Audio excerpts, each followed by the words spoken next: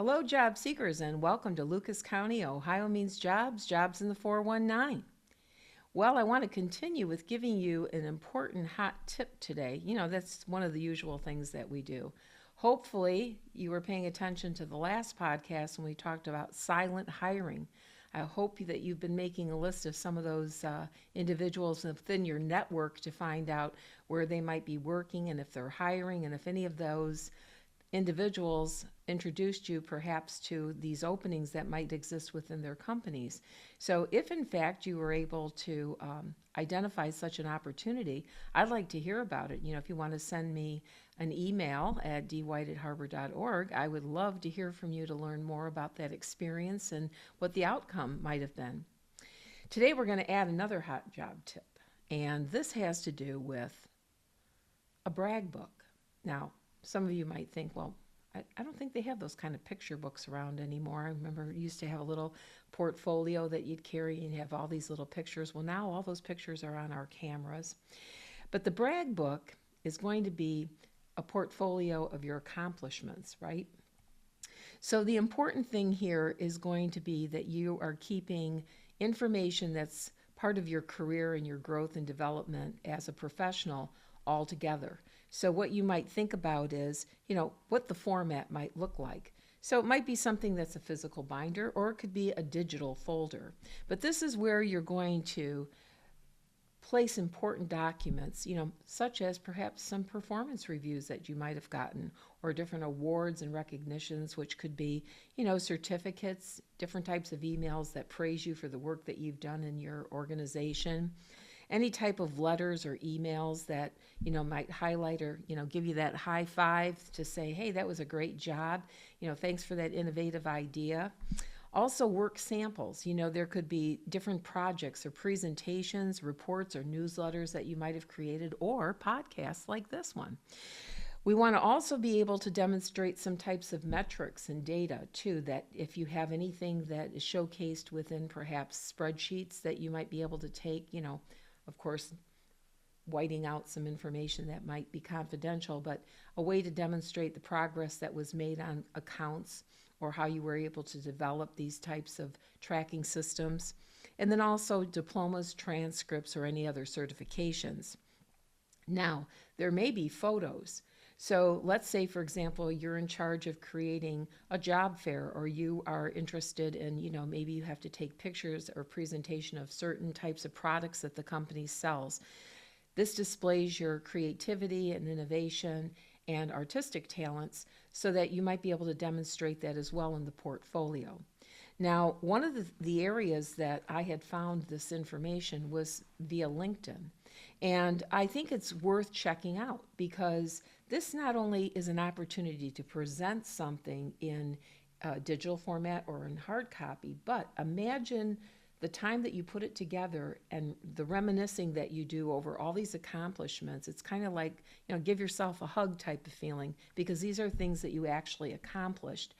The other thing is that it will prepare you for that interview when you're ready to get moving along. And these things will have the ability to come forward, from memory, and you'll be able to articulate those in your next interview. It's really important to know what you bring to the table. No one's glass is ever empty, right?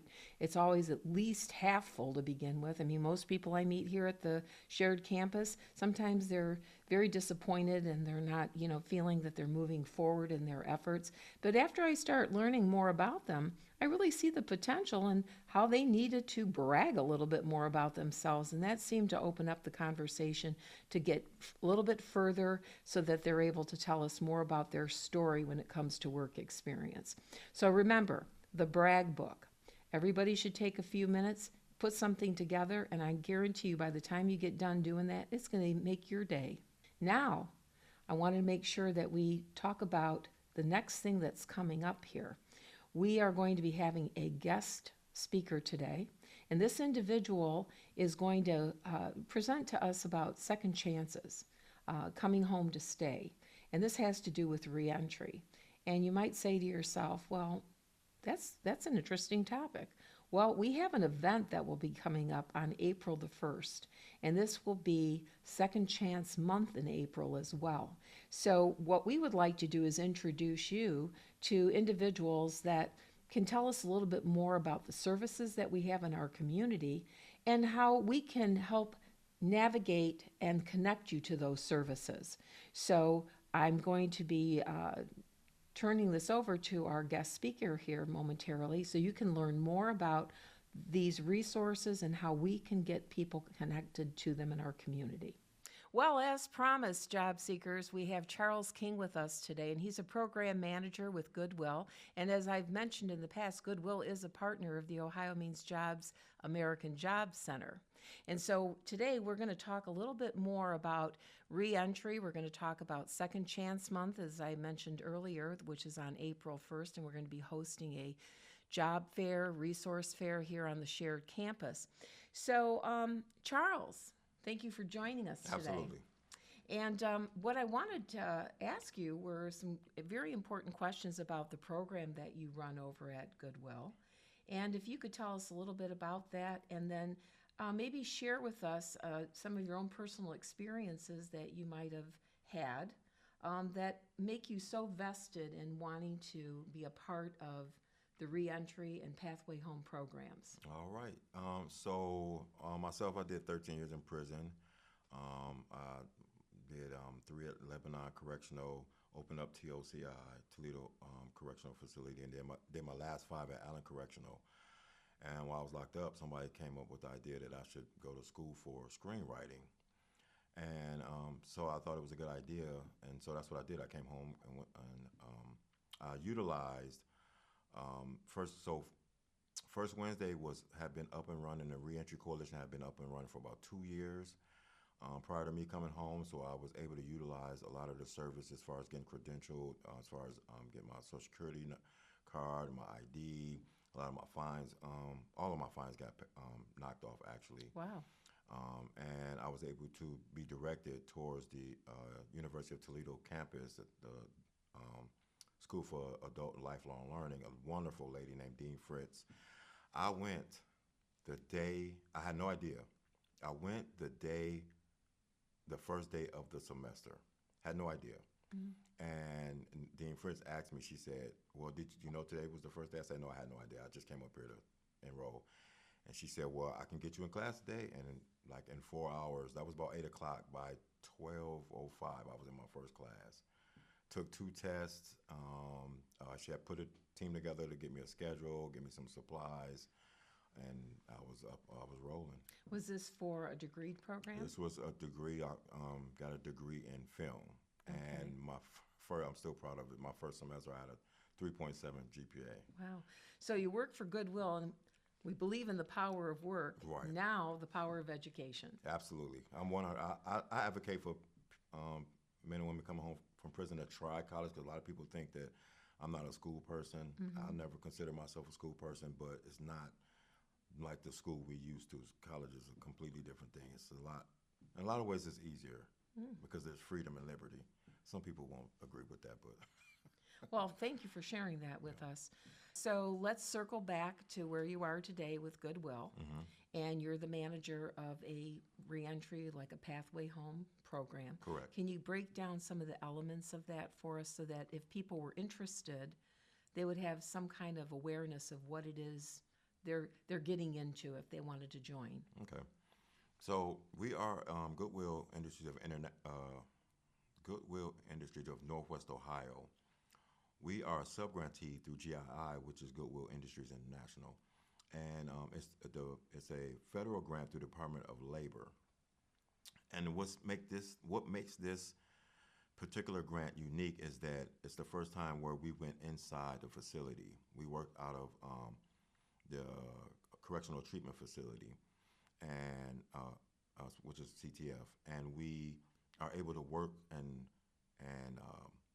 kind of guide the men and women inside there before they actually come home. For multiple purposes. One, to see if they're a good candidate, to see if they're serious, because one thing that we learned in this business is sometimes that we work harder than the individual at getting their life together than they do. Mm-hmm. And so because it was kind of exclusive with only 85 participants, we had to do our due diligence, but we were able to, because we were able to go in the facility, shout out to Bud Height, um, we were able to get a lot of things done as far as social security card, ID, work clothes, get an idea of their living situations, their relationship with their children and co-parents, and and just more readily able to assess them and how we would attack them getting employed and getting training. Well, that's great because I do think some of that preliminary work needs to be done ahead of time, ahead of Absolutely. release. And I do appreciate also hearing about the due diligence part because not everyone may be motivated. You know, Right. sometimes they know they anticipate, but then when there's that rubber meets the road Mm-hmm. part where we have to dig in and, really put and apply ourselves to the Yeah, test, right? absolutely. So, what about, I mean, getting up and going to work every day, right? We have a purpose. Mm-hmm. We feel the need to help others. What kind of successes have you had anyone in particular in mind that you can recall that you can share, going from 0 to 10 on what they accomplished through the program? When I first got to Goodwill, it was a different reentry program, but my first client as a navigator, his name was Wardale Sands. He came in, went to jail as a juvenile. While he was incarcerated, he acquired a building maintenance apprenticeship. Mm-hmm. And so when he came home, he said, I want to do something with this. And so we did some research and found out that he would be even more employable as marketable as an employee if he coupled it with HVAC. And so we enrolled him in Stotzenberger College, and he was able to complete the certification. And then he moved to Columbus, and he worked for a gentleman who owned multiple housing complexes, and he ran all of them. It was 7 of them. He ran all of them. He was head maintenance person, and then he wanted to go a different route because he really had a new baby at that point, and he wanted to be in control of his time. So he ended up going into business for himself, and was contracted through 11 um, Wendy's franchises to run their maintenance department. Wow. Yeah. Well, a few hurdles, but sounds like you came out on the right side. He came out so determined. Sometimes we have to chase down clients, check up on them, but he would come in just at spur of the moment, call us. Always, he was doing more checking up on us than he was than we were checking up on him, just to make sure he wasn't missing anything. But his determination was really what got him where he ended up being. Well, sometimes, the stories are important. I'm sure that he shares his experience with other people as a motivational tool as well. Sure. Because sometimes we forget maybe where we did come from, Right. and I think it's important for us to be able to have that opportunity to share. Mm-hmm. So that's really a great, great story. And I think that, when we talk about training programs and things like that, as far as people getting prepared to come out or after they come out, do you have a lot of people interested in training? Well, like myself, to be honest, like a lot of us, the first thing you want to do when you come home is become independent. And so a lot of times that means settling, um, and a lot of us don't have um, a background in anything other than factory work, manufacturing or something like that. And we definitely try to steer them away from that, even though we know that, especially in America, independence means having money, Mm-hmm. and you don't want to go back to criminality. And so a lot of times that's the easiest way for people to go. But we allow it obviously, but we always try to steer them towards a career, Mm-hmm. which is another thing about this particular program is that there's training dollars. And so we've got multiple people, CDLs, barber licenses. Um, we have 2 in college now. One is for computer programming. Another one is at Owens for CDLs. Mm-hmm. Um, and yeah, so we try to steer them to think outside the box. Well, it's important for people to have an understanding of their interest and what's Exactly. important to them. And that's part of the assessments that we did. Okay, yeah. We do that here too because we want to make sure that people are aligning with those interests. Right. Things tend to stick a little bit better Yeah. if they're going in the right direction. Also, have you guys ever used the work keys before? Um, I haven't. It gets worked. It gets used in our office Okay. and mission services. The work rating is part of corporate Goodwill for sure, but we haven't used it. Well, we can invite your folks here when you're working with people. Okay. They can get another credential to put on their resume. It will also demonstrate aptitude to help them see the potential that they have. Sometimes those little certificates and things, Right. it's like a warm hug for some Absolutely, people. It's about absolutely. I just got done talking a little earlier about brag books and how sometimes we need to have brag books that we carry around with us to Okay. introduce who we are and what we're capable of doing to other Okay. people, right? Yeah. Unless you have a crystal ball, you'd need something else to see. Yeah. Right? Yeah. So I really appreciate you coming in today and sharing with us Of course. your information, your story, and the dedication that you have to helping other people achieve their potential. And it's some really great work that you're doing, Charles. Well, Willie and I, considering where we are now, one thing that we both have in common is our perspective, and we really believe that we owe it to our community to give back. Yeah, so it's really a pleasure and an honor to do it. Well, that you are doing, and I hope to see you here on April 1st. I wouldn't miss it. For our event, and maybe you'll be able to make some new acquaintances and find some new candidates that might be interested in your programming. Last time it was here, I met a family member. Wow. Yeah, so. You never know what you're going to find at the OMJ, right? Yes, absolutely. Who you're going to absolutely. run into. Absolutely. Well, thank you for your time today. Really appreciate it. Anytime. We had an opportunity to learn more about Goodwill and their programming and learn more about the coming home to stay concept. This is something that I think is very important for us to be familiar with. And like I said, on April 1st, we're going to have that event here at the shared campus. There will be resources and businesses supporting this event. And it will be from 11 till 2 in the afternoon. And then we will have guest speakers here in the morning from 10 to 11 that are going to talk a little bit more about their journeys and some of the obstacles that they've had to overcome since they regained entry back into the community. So I want you to take note of that because we'd love to see you here. And you don't have to just be a reentry citizen to participate. This is the shared campus. Everyone is welcome to come in. So remember, that will be April the 1st, and we look forward to seeing you for that.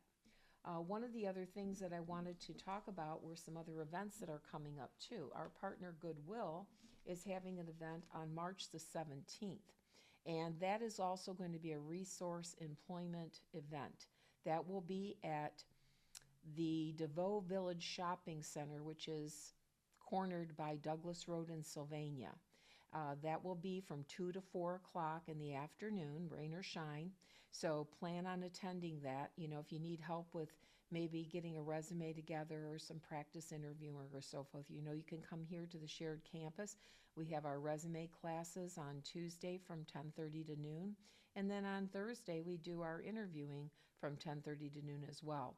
If you're a little hesitant about sharing or not as confident about, communicating those soft skills, we have that class on Wednesdays from 10:30 to noon. So there's plenty of opportunity out here to get the support that you need for these events that are coming up. So pay us a visit at 3737 West Sylvania Avenue at the shared campus. I wanted to also remind you that we will be going to the Kent Branch Library today. And then next week, on the 16th, we'll be over at Mott Branch. So, pay attention to the calendar. We do put it on all of our social media platforms so that you can have an understanding of what's going on here. I also wanted to make another note about tax preparation. We're in the thick of getting taxes out on time. And we do have our partner, LISC, that has relationships with a number of FOCs in the area where they are doing taxes. Now, there's a threshold, which is $69,000. If you make $69,000 or less, you can have your taxes done for free. So you need to call 211 to schedule an appointment.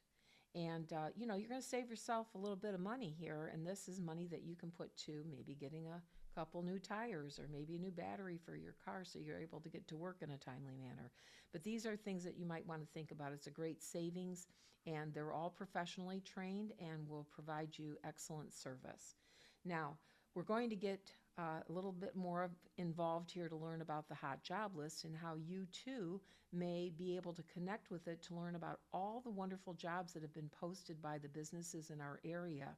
So pay attention to the screen, and we have a presentation that'll walk you through how to actually utilize this particular labor exchange document.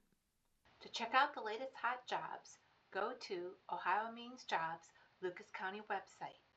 Start by typing OMJLC.com. Once the home page opens, look towards the top menu, click on Job Seekers, scroll down, click on the Hot Jobs list. Here you'll find a regularly updated list of in-demand opportunities from local employers, complete with job titles, the company, expiration date, and job ID number to apply. Our team updates this list frequently, so you always have access to the most current opportunities. Once you find a job you are interested in, highlight the job number, copy it by right-clicking on your mouse, or write it down. Then arrow back to the home page, right-click on your mouse, and paste the job ID number into the search bar, or type the number in.